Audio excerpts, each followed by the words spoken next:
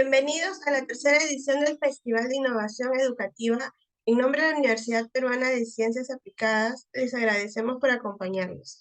Mi nombre es Graciela y hoy seré presentadora del webinar Aprendizaje Profesional Colaborativo hacia la sostenibilidad de la formación continua del docente para la educación de calidad, el cual estará a cargo de Madeleine Lourdes Palacios Núñez.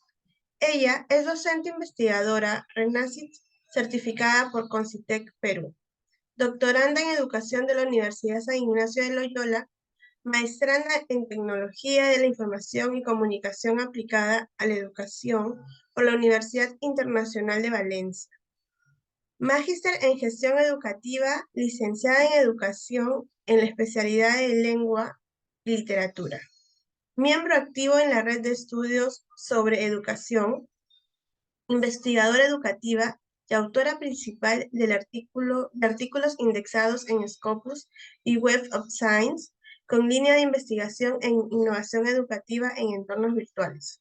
Coautora del libro Nuevos Escenarios de la Educación.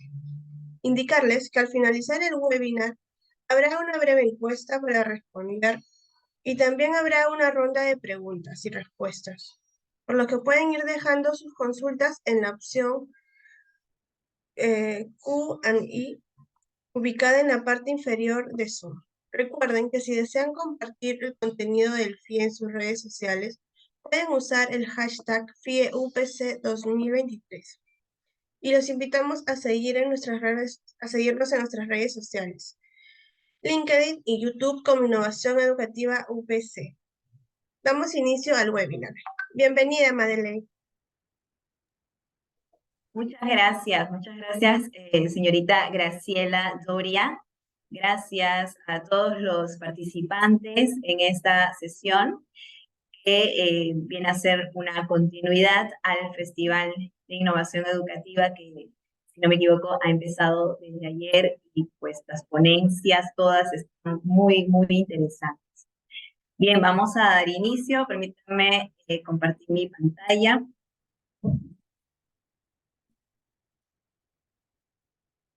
Bien.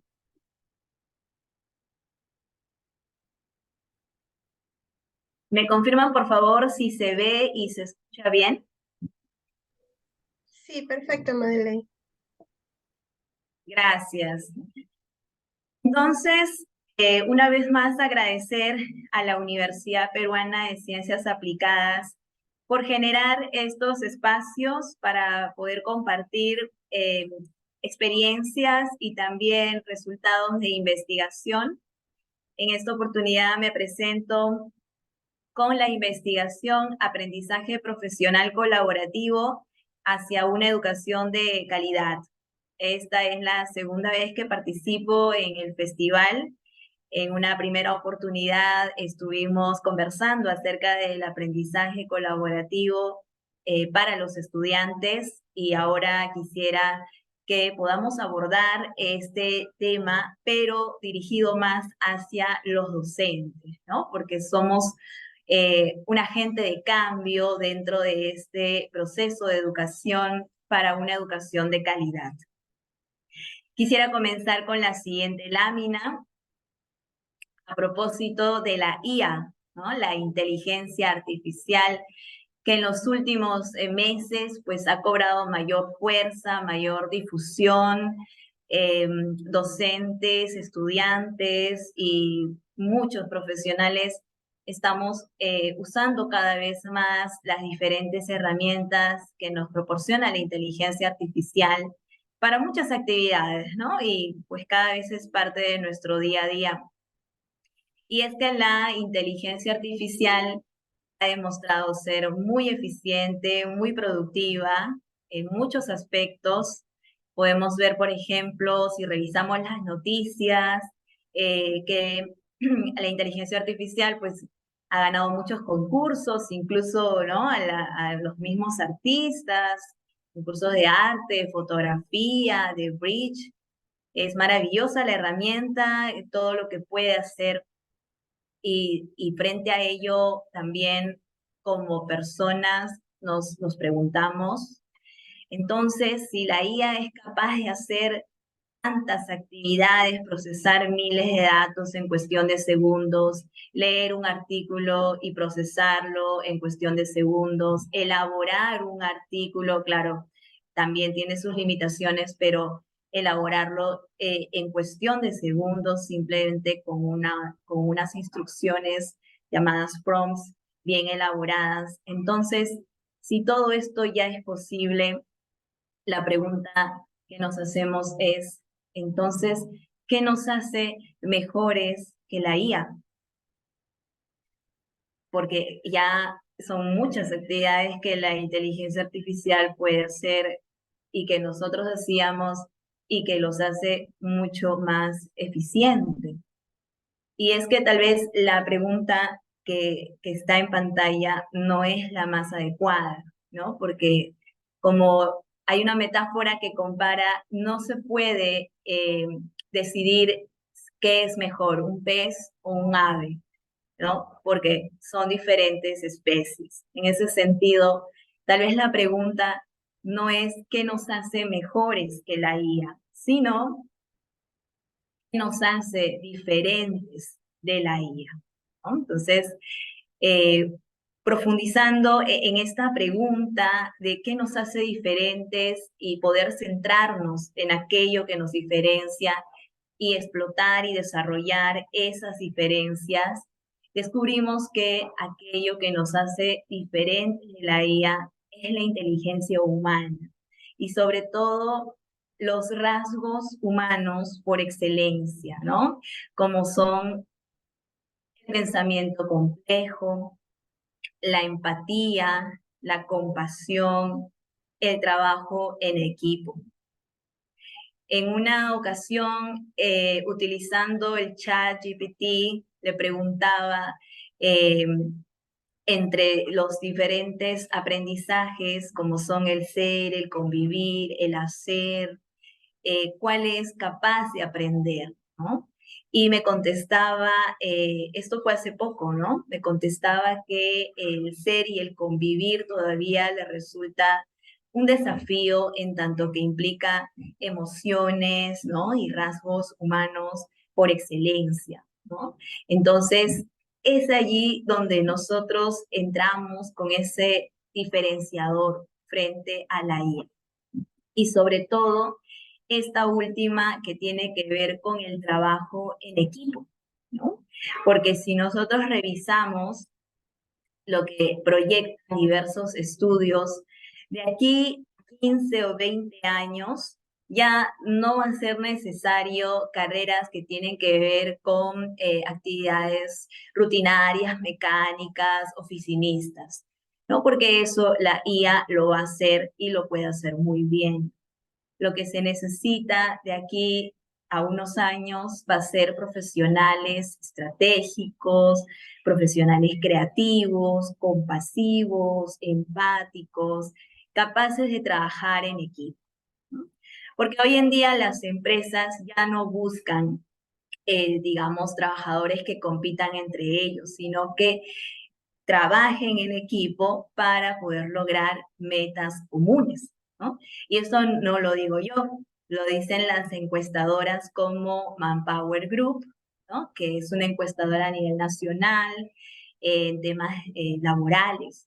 Manpower Group, por ejemplo, en el 2022 nos dice que hoy en día los empleadores, casi el 80%, más incluso del 80%, están buscando contratar gente joven, pero tienen una dificultad, ¿no? Porque más de la mitad no logra encontrar ese talento joven que ellos necesitan. ¿Qué es lo que ellos buscan en los jóvenes? Las principales habilidades que ellos están requiriendo, más allá de lo cognitivo, lo procedimental, tiene que ver sobre todo con el liderazgo, la influencia social, la colaboración, el trabajo en equipo, learnability, que tiene que ver con el aprender a aprender, la toma de iniciativa, ¿no? Entonces, estas son habilidades, entre comillas, blandas, ¿no? Pero el término blando no hay que malinterpretarlo, porque a veces lo blando suele relacionarse con algo que no es muy importante.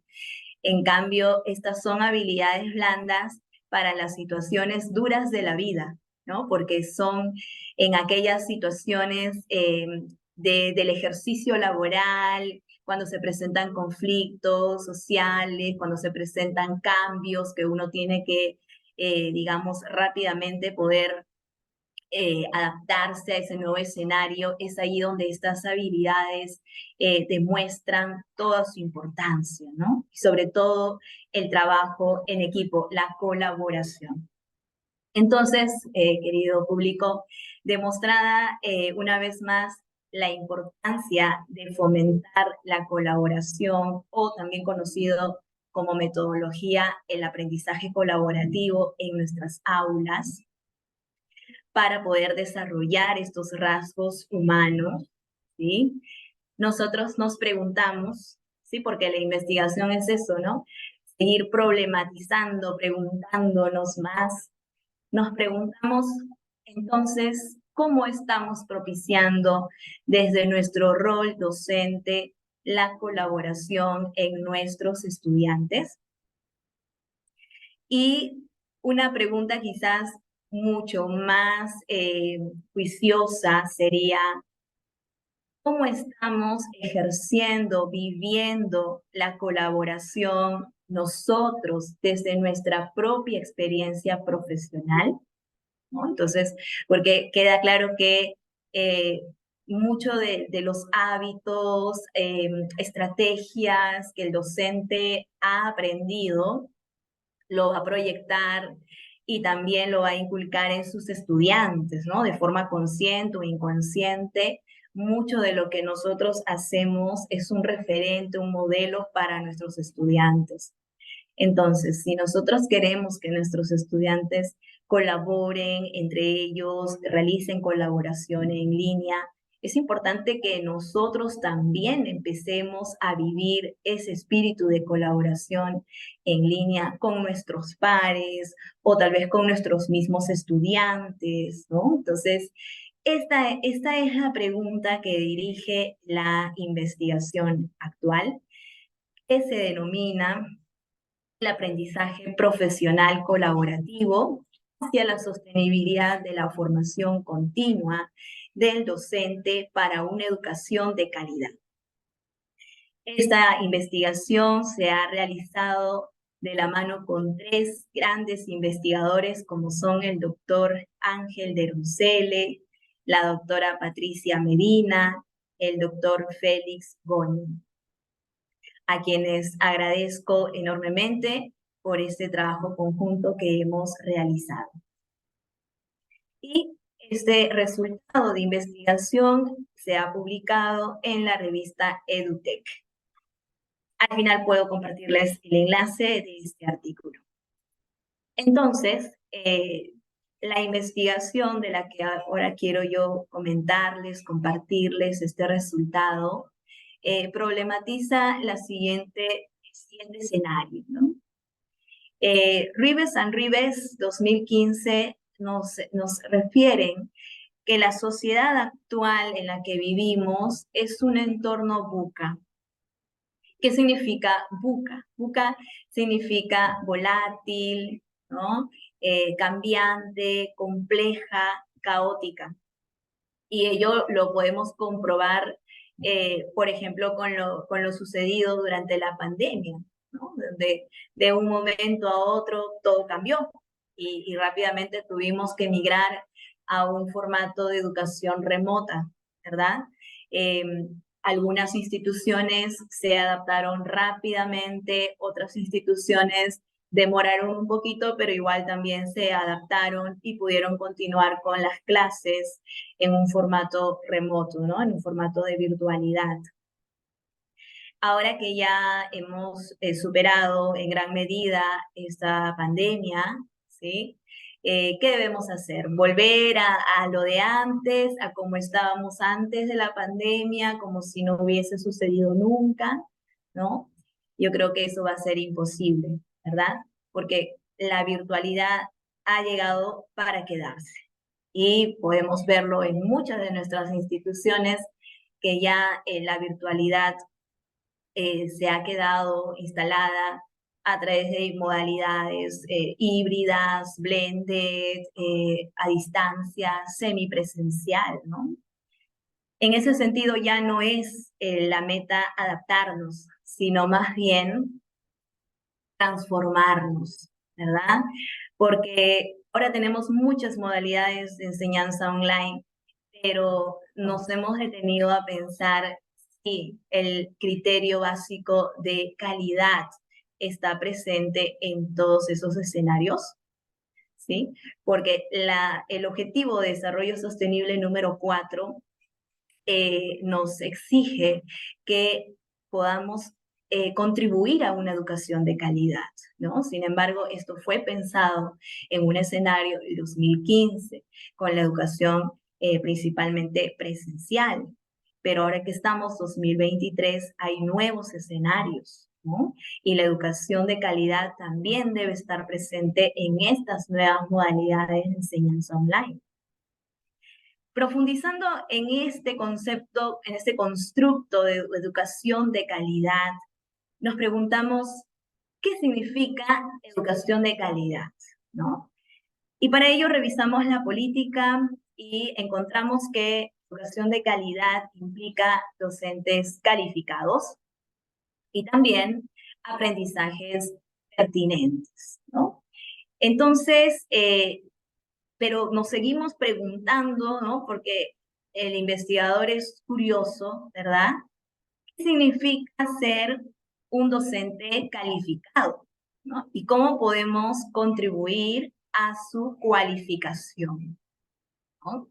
Entonces, esta pregunta nos permitió realizar una revisión histórica de las diferentes reformas educativas que ha habido en nuestro país que ansían esta educación de calidad. Y encontramos que muchas de estas reformas no fueron sostenibles, no fueron exitosas, tal vez porque muchas de estas tenían políticas asistencialistas. ¿Qué significa esto? Que el docente era visto como un receptor inexperto, un agente pasivo al que teníamos que capacitar, ¿no? El docente tal vez era visto como alguien a quien se le debía instruir cómo enseñar. Y se dejó de lado más bien su propio proceso de aprendizaje, ¿no? Porque el docente es una persona que también está aprendiendo constantemente. Entonces, uno difícilmente puede enseñar si antes no aprendió a aprender, ¿verdad? Entonces, probablemente estas son algunas de las deficiencias que pueden haber presentado estas reformas educativas y que impactaron de forma negativa en su sostenibilidad. Yendo por el lado de los aprendizajes pertinentes, también nos preguntábamos cuáles son aprendizajes pertinentes, ¿no? ¿Cómo debe ser un aprendizaje para ser considerado pertinente? Y para ello revisamos lo que en 1990, miren, hace ya casi 2 décadas, ¿no? Nos decía Jack Delors cuando hablaba sobre los pilares de la educación, ¿no? Entonces Jack Delors presentaba 4 pilares de la educación: el aprender a conocer, aprender a hacer y aprender a convivir, ¿no? El conocer y el hacer está bastante bien desarrollado. Prueba de ello es el avance en la ciencia y la tecnología a pasos agigantados. Pero el ser y el convivir, si damos una mirada hacia nuestro entorno, vemos que todavía hay mucha intolerancia, violencia, conflictos sociales. Entonces, estos 2 últimos aprendizajes definitivamente todavía no están suficientemente desarrollados, ¿no? Y es así entonces que a partir de este análisis de la problemática llegamos a la conclusión de que urge una estrategia de formación docente que lo reconozca al docente como un agente de cambio, como un agente activo de su propio aprendizaje y que en este proceso se aseguren aprendizajes pertinentes y sobre todo aquellos aprendizajes pertinentes que están siendo de alguna forma dejados de lado, ¿no? Es así como el aprendizaje profesional colaborativo, o también llamado CPL, Collaborative Professional Learning, emerge como una estrategia pertinente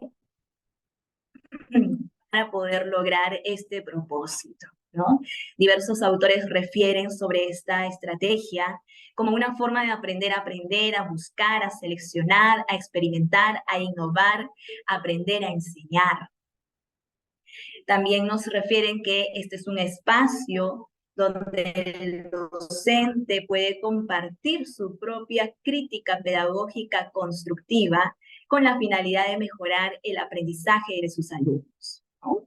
Entonces, no cabe duda de que el aprendizaje profesional colaborativo que se practica a nivel nacional, regional, mundial, en sus diferentes variantes, debe estar incorporado en este proceso de formación docente. Por ello, el objetivo de esta investigación fue analizar de forma propositiva el aprendizaje profesional colaborativo, recogiendo información a partir de entrevistas que se realizaron a diferentes expertos internacionales en el ámbito educativo. En total fueron 8 expertos quienes fueron entrevistados para poder conocer su experiencia en torno al aprendizaje profesional colaborativo y también sus conocimientos, porque han sido expertos que tienen vinculación con este tema en cuanto a investigación. Y de esa manera poder generar ideas fuerza emergentes que sustenten el APC como una estrategia sostenible y dinamizadora de la formación continua del docente.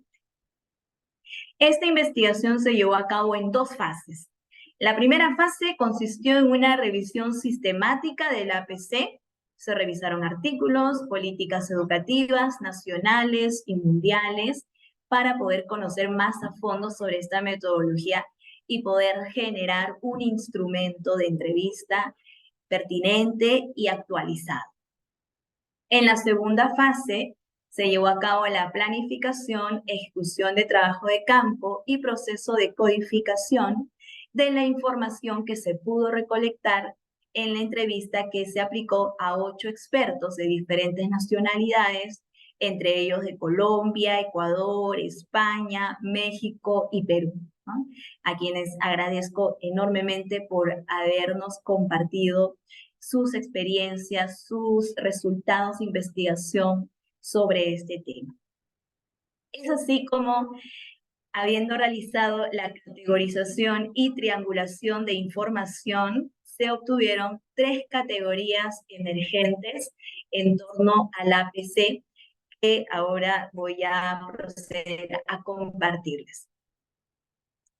La primera categoría emergente la hemos denominado enfoque colaborativo intergeneracional e intercultural en la investigación educativa para la transformación social.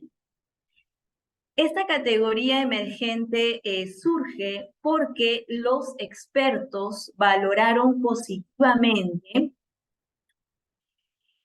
aspectos que tienen que ver con la necesidad de establecer grupos de investigación entre docentes y estudiantes de forma interdisciplinaria, ¿no? Esto lo vemos cada vez más presente en nuestras instituciones, por ejemplo, con los semilleros de investigación, ¿no? Donde docentes realizan investigación con sus estudiantes. Sin embargo, no es fácil. Escucho de muchos colegas que tienen sus desafíos y sobre todo es necesario ese apoyo institucional para poder orientar este proceso, ¿no? Porque la colaboración no debería ser más un acto espontáneo y voluntario, sino más bien una actividad institucional, ¿no? También los expertos valoraron positivamente este diálogo intergeneracional que se debería fomentar entre maestros jóvenes y maestros mayores, o para entenderlo de una manera mucho más exacta, entre maestros expertos y maestros novatos, ¿no? Porque cuando uno se inicia en el ejercicio profesional de la educación, ¿no? Es importante esta figura del mentor para que pueda iniciar con este diálogo intergeneracional, con este maestro experto que lo puede acompañar en ese proceso de aprendizaje y poder analizar y revisar juntos las lecciones de clase, ¿no? Para que esto pueda tener propuestas de mejora. También los expertos valoraron positivamente que cada vez haya más comunidades profesionales de aprendizaje, ¿no? En el sentido de que podamos apoyarnos también en las herramientas virtuales que hoy en día se han difundido mucho más, ¿no? Gracias a, bueno, la pandemia, que fue un hecho lamentable, pero que rescatamos esta oportunidad de mejora que fue encontrar medios virtuales donde hemos podido continuar con esta colaboración en línea, ¿no? Entonces, pertenecer a una red de investigación es genial. O sea, yo les digo, actualmente participo en la red, ¿no? Como miembro activo, y es excelente poder escuchar todas estas propuestas de investigación de diferentes profesionales de distintos países, ¿no? Y colaborar y participar y generar ideas de cambio, ¿no? Entonces, yo quisiera un poquito adelantar en esta ponencia algunos resultados de otra investigación que hemos llevado a cabo y que se publicó a inicios del 2023, un poquito así como de spoiler, ¿no? Adelantando que nosotros hemos realizado un estudio del aprendizaje profesional colaborativo en China y Chile. ¿Por qué China y Chile? ¿No? Por ahí, ¿no? No porque inician con la con la misma letra, no, sino porque China y Chile, si nosotros revisamos el ranking PISA 2018, son referentes en educación. China a nivel mundial, ya saben que usted lidera, ¿no? El ranking, ¿verdad? A nivel mundial, y Chile porque también lidera el ranking si hacemos un comparativo con los países de la región, ¿no? Entonces, además de esa coincidencia, China y Chile son países que tienen prácticas de colaboración profunda en sus profesionales. Y decimos profunda porque hay que hacer una distinción entre colaboración superficial y colaboración profunda. Colaboración superficial es aquella que es espontánea, que uno desde su propia voluntad y vocación propicia con sus pares, ¿no? Pero la colaboración profunda es aquella que está institucionalizada, es aquella que implica inversión de tiempo, dinero, esfuerzo, que es una práctica que incluso es parte de la evaluación docente, ¿no? Entonces, ahí es donde nosotros nos referimos a prácticas colaborativas profundas. Y, por ejemplo, en China se realiza lo que se denomina como TRG, ¿no? Que son Teaching Research Groups, en el cual un grupo de investigación docente realizan un proceso cíclico de estudio de la lección, también como es conocido como Lesson Study, ¿no? Ellos visualizan grabaciones de clase, analizan de forma crítica lo que está bien, lo que se puede mejorar, modelan una nueva sesión de clase, la llevan a la práctica una y otra vez hasta perfeccionarla, y una vez que ya tienen ese referente, lo comparten con la comunidad educativa para que puedan seguir mejorando, ¿no?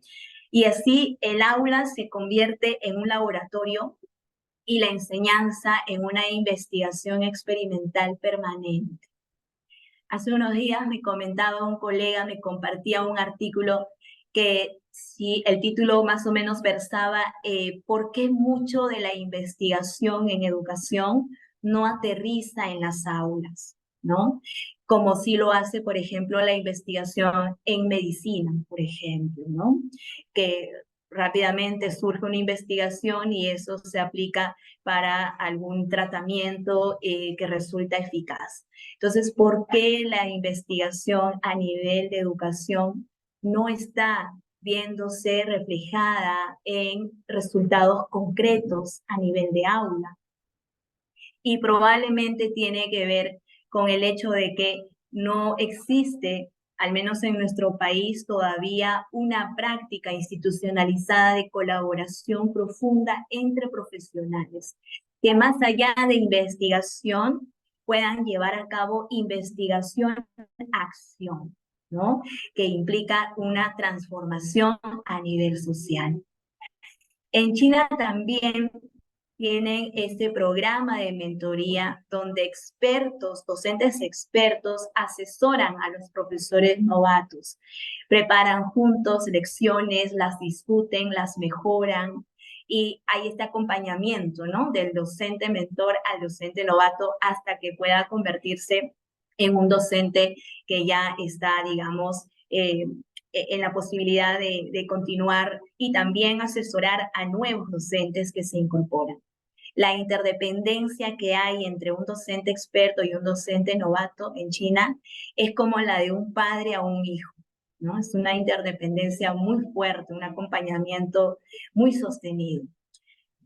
Pero también es cierto, y algunos me podrán cuestionar, sí, pero la educación en China y la forma de enseñanza en China no es la misma que en nuestro país. Es cierto. Nosotros estaríamos en un error gravísimo si es que replicáramos un modelo exitoso de otro contexto solamente porque fue exitoso. Eso no es lo correcto, ¿no? Lo correcto es analizar los factores de éxito y de riesgo que influyeron en ese modelo, ¿no? Para poder ver qué podemos nosotros extraer como lección aprendida en nuestro contexto. Y por ejemplo, en China hay un sistema que se llama Organización de Enseñanza Artificial. Los maestros chinos tienen 10 a 12 horas de enseñanza por semana, 2 horas al día que le dedican al acompañamiento al estudiante y el resto de horas, que no es poco, lo dedican a actividades de desarrollo docente, ¿no? Que implica actividades con el trabajo colaborativo, para el diseño de las lecciones, observaciones de otras clases, en fin, una infinidad de actividades que tienen un impacto directo y significativo sobre su desarrollo docente, ¿no? Entonces, si nosotros comparamos con cómo se maneja en nuestro país, sí podemos ver que hay una brecha enorme, ¿no? Porque dentro de toda la carga lectiva que nosotros tenemos eh, por vocación, muchas veces el poco tiempo que nos queda lo dedicamos para poder investigar, para poder innovar, ¿no? Pero si tuviéramos más tiempo dedicado a este desarrollo docente, yo creo que tendríamos muchos cambios significativos. Seguimos avanzando y otra categoría emergente fue la resiliencia comunitaria intra e interinstitucional para la formación docente en contextos de vulnerabilidad, ¿no? Los expertos valoraron positivamente que por ejemplo, en el contexto de vulnerabilidad que hemos vivido por la educación remota, ¿sí? Donde difícilmente o tardíamente el Estado, brechas digitales que se visibilizaron mucho más en la pandemia, ¿ya? Pero a nivel local surgieron esfuerzos conjuntos de colaboración que hicieron que muchas de estas instituciones, colegios, escuelas, pudieran retomar sus clases, ¿no? Y que incluso generaran productos innovadores, ¿no? Esta colaboración entre docentes de una misma institución, pero interdisciplinario, o docentes de diferentes instituciones, fue bastante enriquecedor y fue digamos, un respaldo importante para que contextos de vulnerabilidad como la educación remota y la educación rural puedan reforzar esta resiliencia comunitaria. Entonces, de acuerdo con los expertos, debemos empezar a tender puentes y no muros, ¿no? Entonces, entre instituciones de educación básica regular, instituciones de educación superior, empezar a generar estas alianzas. Y ahora lo vemos en la investigación cada vez más, ¿no? Porque ahora es un requisito, por ejemplo, tener en el equipo de investigadores docentes de otras instituciones, docentes de otros países. Entonces, la investigación colaborativa, intergeneracional e intercultural está recogiendo muy bien estas prácticas. Voy a comentarles el caso de Chile, por ejemplo, ¿no? En Chile también, como les decía, la colaboración es una práctica institucionalizada, ¿sí? Ahí se denomina coenseñanza, codocencia, y miren las diferentes formas de colaboración que hay entre los docentes, ¿no? Un docente de clases regulares que siempre tiene ese respaldo, ese apoyo de un profesional de psicopedagogía, con la finalidad de poder atender las necesidades de los alumnos del programa de integración escolar, ¿no? Entonces, ellos intercambian, retroalimentan, mejoran, analizan, critican, valoran el resultado de sus sesiones y lo van perfeccionando, ¿no? Definitivamente tienen tiempo dedicado a ello, la institución reconoce ese tiempo para que ellos puedan hacer esta práctica colaborativa. La interrelación entre los docentes de la coenseñanza es similar a la de un matrimonio, ¿no? Porque si ambos no ponen de su parte, ambos no contribuyen a que se puedan generar las mejoras necesarias, entonces no van a poder atender las necesidades del estudiante de este programa de integración escolar. En ambos casos, en China y en Chile, la colaboración es un requisito importante en la evaluación docente. En China, por ejemplo, un docente no puede ascender si es que no ha evidenciado prácticas de colaboración profunda. Por último, una tercera categoría emergente fue la necesidad de una presencia socioemocional del educador ciudadano digital para una colaboración eficaz, ¿no? Y aquí quiero citar lo que indican Medina y Deroncel en el 2020, y es que para un docente no basta con tener habilidades técnicas para el aprovechamiento de las TIC, el dominio digital, la competencia digital no es suficiente. También es necesario habilidades sociales y emocionales para que el docente se pueda disponer con apertura hacia un diálogo de auto e interreflexión. Definitivamente, las herramientas digitales que hoy existen y que la IA nos sugiere, nos ayudan a que estas habilidades socioemocionales se puedan desplegar. Por ejemplo, herramientas como Slack, Trello, Asana, nos facilitan la gestión del trabajo, la gestión de nuestro tiempo, el poder establecer nuestras metas y poder lograrlas. Google Workspace, por ejemplo, facilita esta comunicación, este trabajo en equipo. Miro la creatividad para poder realizar diferentes esquemas y organizadores visuales. Grammarly para poder autorregular nuestro proceso de escritura, ¿no? Entonces, es importante que empecemos a incorporar estas herramientas digitales no solo para la enseñanza en el aula, sino también para nuestra propia práctica profesional, ¿no? Que tenemos con nuestros pares. Muy bien, entonces, querido público, vamos cerrando esta ponencia con la siguiente conclusión, ¿no? Teniendo presente que el docente debe ser un agente de cambio que desarrolle aprendizajes pertinentes, son 3 las categorías emergentes que se han presentado y que sostienen al APC como una estrategia sostenible para la formación docente. Nos va a permitir una educación de calidad, donde conceptos como investigación-acción, colaboración en línea y transformación son cruciales.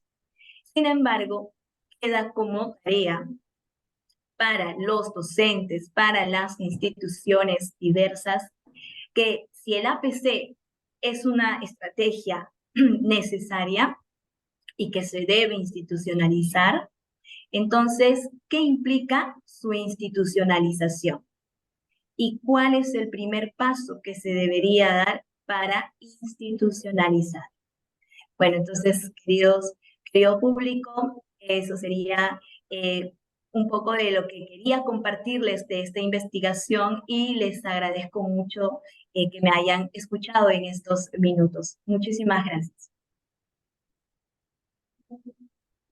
Muchas gracias, Madeley, por su presentación. Antes de ir a la ronda de preguntas, estamos en este momento pasando una breve encuesta. Agradecemos su gentileza para poder responderla. Para los docentes que son de UPC, en la encuesta se incluye una pregunta para considerar sus horas de capacitación.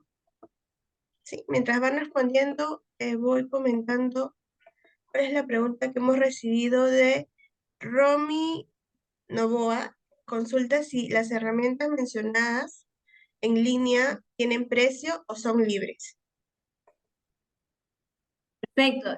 Sí, Romy, estas son herramientas que a la IA se le preguntó, ¿no? Ahí con los prompts adecuados siempre vamos indagando qué nos sugiere la IA, ¿no? Entonces, estas son sugerencias de herramientas digitales que promueven la colaboración en línea y que son gratuitas, todas ellas. Claro, siempre tienen también su versión premium, ¿no? Que es una versión pagada y que, digamos, tiene otras facilidades más, pero en su versión free, gratuita, igual cumplen su propósito, ¿no?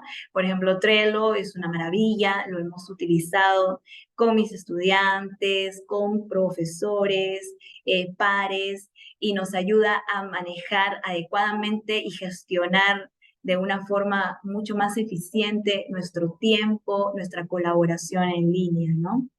De igual manera también herramientas como Miro, ¿no? Que favorecen esta colaboración en línea entre los estudiantes, ¿sí? Porque yo antes utilizaba herramientas como el Genially, por ejemplo, ¿no? Que también permite esta colaboración en línea, pero tenía su limitación.